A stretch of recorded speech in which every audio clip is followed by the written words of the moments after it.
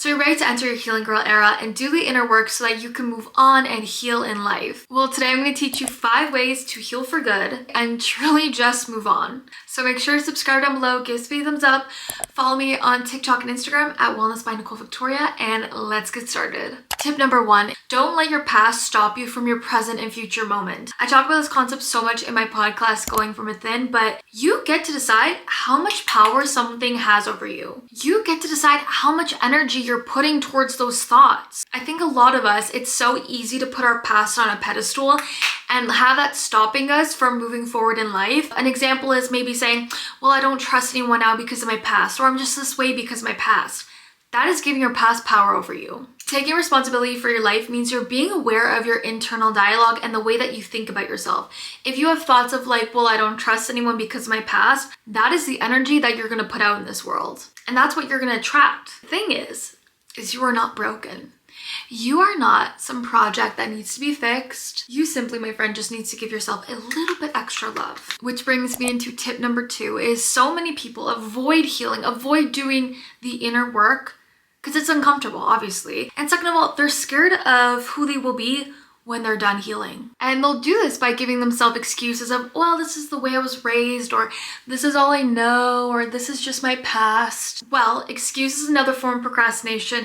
And procrastination is another form of you not living in your full potential. But I'm gonna let you know a little secret. Most people are afraid of living in their full potential because things will be different. Yes, it is uncomfortable to heal. It's so uncomfortable, but it's also so uncomfortable to stay stuck. And I'm gonna give you 2 examples, okay?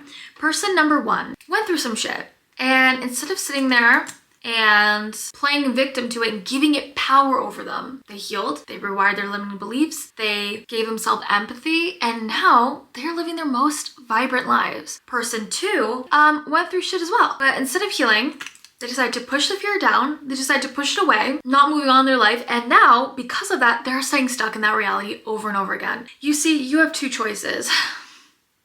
They're not easy. Both of them are not easy, but you could either level up or stay stuck. Tip number 3, I know you're not gonna want to hear this, but closure comes from you.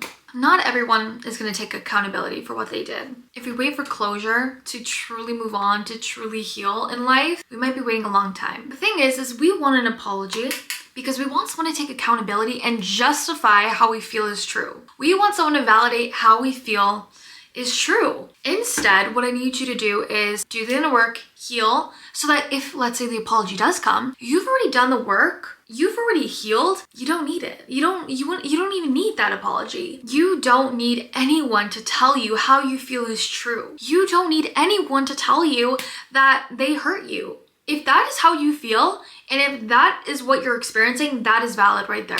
You don't need anyone to validate your feelings. You validate yourself. How many people do you know in your life are still bitter about situations that have happened 2 years ago, 3 years ago, 10 years ago? It's because subconsciously they're still waiting for that apology. And I know maybe someone treated you like shit, and I know it's hard. I've been there. But the best form of revenge is no revenge. It's focusing on yourself and leveling up your life. One of the hardest lessons I've learned is that not everyone has your heart, not everyone has your empathy, not everyone has your kindness. And sometimes it's hard because we expect that from people, but we can't.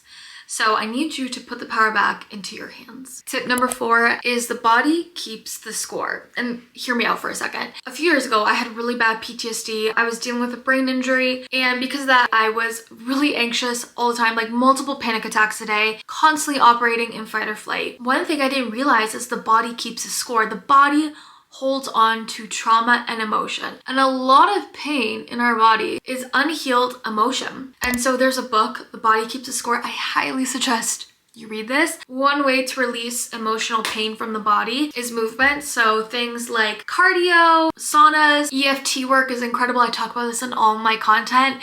It's emotional freedom tapping, basically rewiring your brain so that you don't hold such strong emotion to these feelings, or balancing fight or flight, balancing your cortisol, meditating. All of those things are great for removing those emotional pain in your body. Tip number 5, this is gonna sound so cliche and I know you're never gonna wanna hear this, and this is coming from someone who never saw the light at the end of the tunnel when I was going through my brain injury, but it will get better.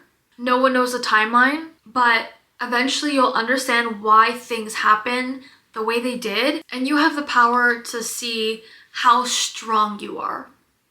Even if you didn't learn anything, even if there's absolutely no positive situation in this, you have the power to see how strong you are.